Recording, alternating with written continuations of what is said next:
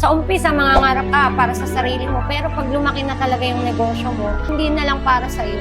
Kasi mas ibe-bless ka ni God. Kumbaga, totoo yun na we are the channel of blessing. Yes. Kasi kumbaga, hindi lahat nabibigyan ng opportunity na magkaroon ng negosyo.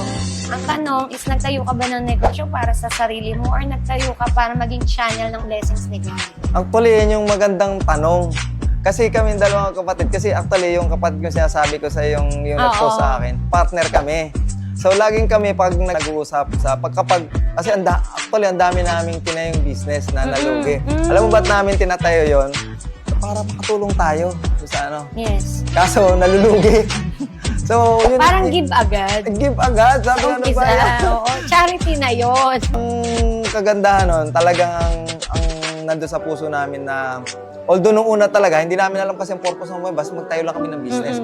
Pero nung along the way na, ba't ba gusto natin ng maraming gawa?